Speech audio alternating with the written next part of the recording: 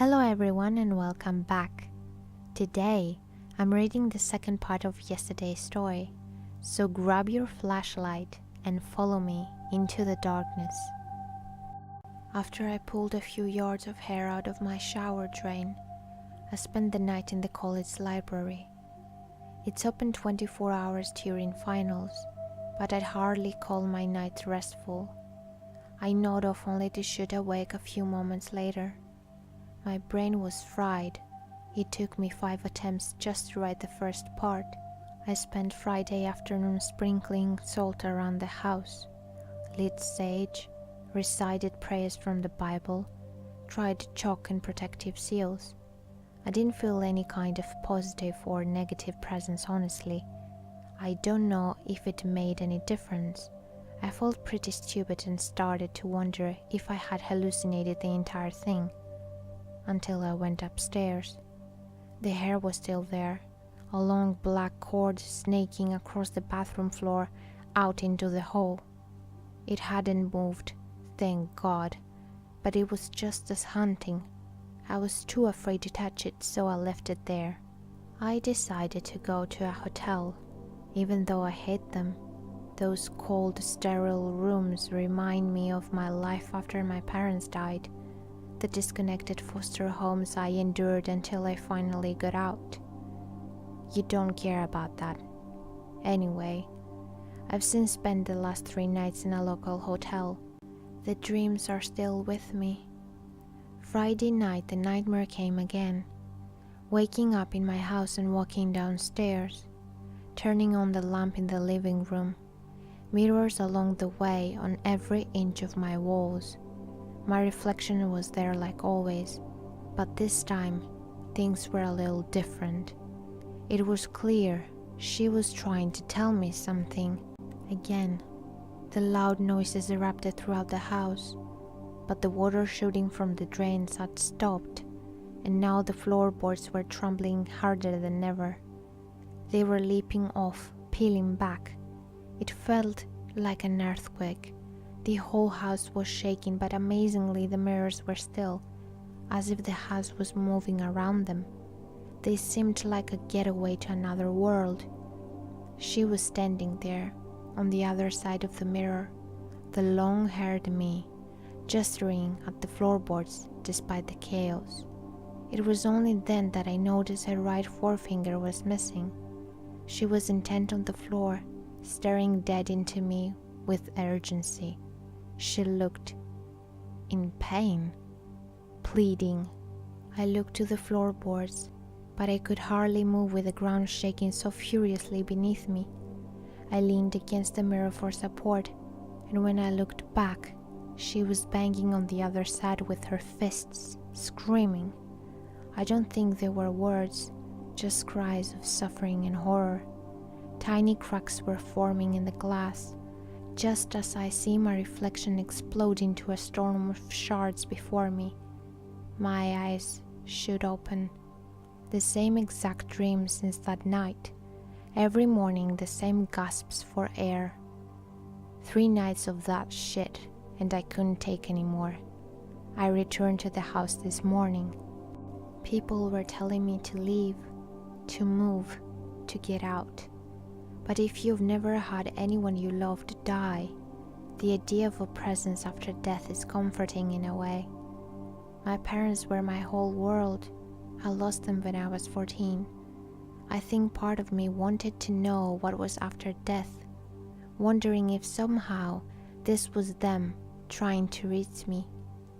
If you've never lost someone, you don't understand. I think I was half insane at the time. I probably still am, given my lack of rest. I sleep, but it's not enough with those dreams. God, I'm probably losing it. But I picked up an axe and a crowbar.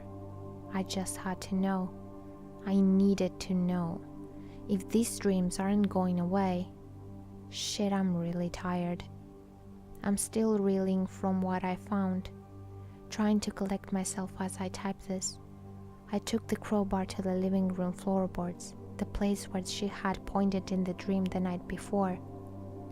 I was at it for a while, not the easiest thing to do. It took prying up a few narrow floorboards before I could get a decent opening in the floor. At first, I didn't see anything. Plywood support underneath. Typical, but at the edge of the small opening I had made, I saw a dark spot, a hole. There was a small hole about the size of my hand. I grabbed my phone and used the flashlight so I could see. A sickening wave came over me instantly. A finger. Bones now with bits of connective tissue, still between the joints, but a small finger, like from a child. Morning light was streaming into my living room. I was frozen.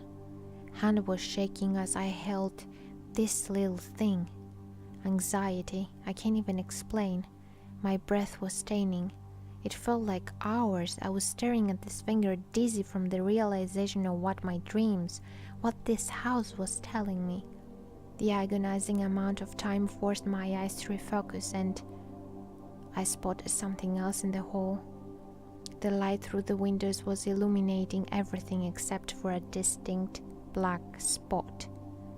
A tiny opening, shining my phone into the hole again. I could see a narrow crevice went all the way through to a room underneath. There was a basement in this house. No one mentioned a basement to me.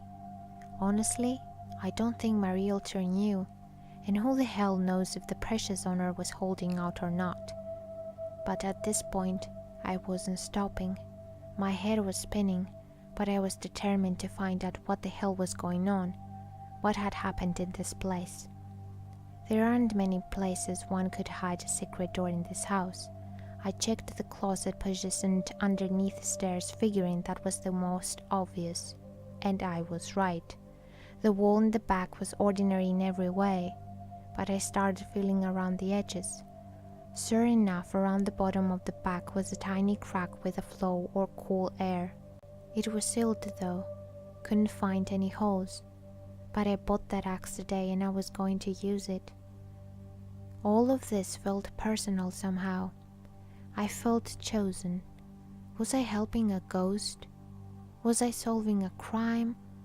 Was I connecting to the other side? So many questions raced through my mind. After I had made a sizable opening, I ventured into the space with my phone's flashlight. The stairs were narrow. Definitely a home project. It's possible the previous owners didn't know about this basement because somehow probably built it themselves.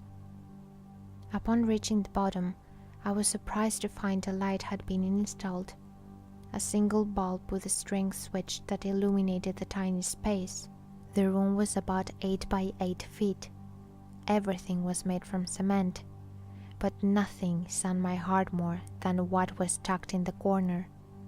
Children's toys in a small pink backpack. Along sections of the wall were eroded chalk drawings, innocent and playful.